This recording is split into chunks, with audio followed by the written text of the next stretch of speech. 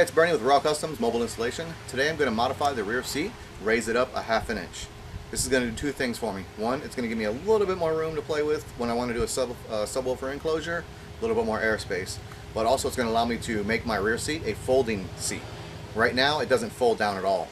You can fold the bottom up, but the back doesn't come down. Once I lift it up, it'll lift enough to where I can get it off the hooks. And then I'll be able to lay it down and then I can mount amps on the back wall. Alright, here we are as the back seat. Like I said, as you can see, if you reach under and just pull it, it folds up. You got a little bit of space down there. But they have these tabs. They have these tags right here. You can barely see them. There's one behind that headrest. There's one right there. And then there's one behind that headrest. I'm not sure what those do. Maybe something for safety, for buckling in. I'm not sure. Maybe a no shit handle for the rear. Don't have any idea. But this part does not fold down. But if you notice, when I lift the bottom of the seat up, the seat moves. I don't know if you can see it. The seat's moving. Goes in an upward angle.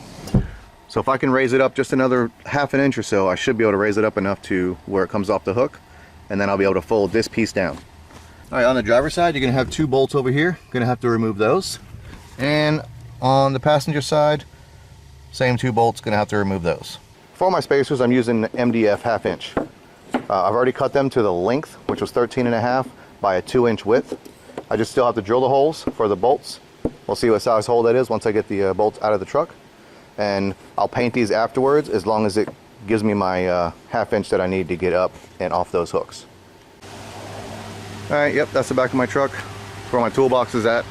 Since I'm mobile, everything's in my truck. It's got a slide on bed.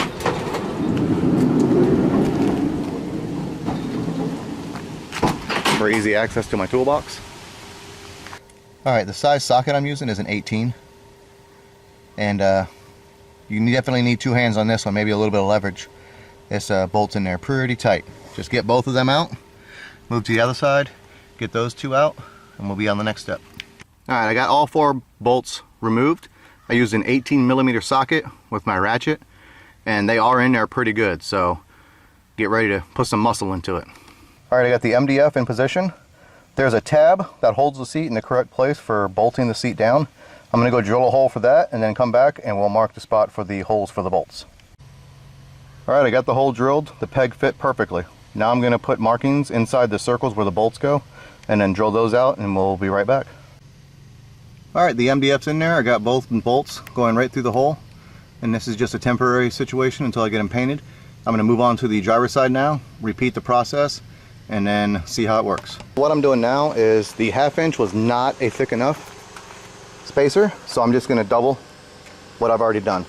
So I'm going to take my piece that I already have cut and drilled, double side tape it to this piece of MDF, and then router out an exact piece. Then after that I'll go get the other one, do the same exact thing.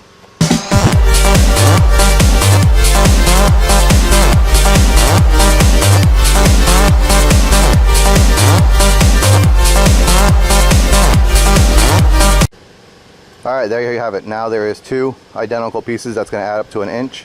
And now I just need to drill those holes and set it in place and do the other side. Alright, I've got them both temporarily in place. I still need to paint them. There's the driver's side. And the passenger side is about 1 inch. So it's 2 pieces of MDF sandwiched together. I used a brad nailer to attach them together. And now they're in place temporarily. And then let's see what the seat does. Fold the seat down. Still the same. Doesn't come off. I can't get it to pull forward. Lift it up. And as you're coming down, pull forward on it. Boom. Now you have a foldable rear seat.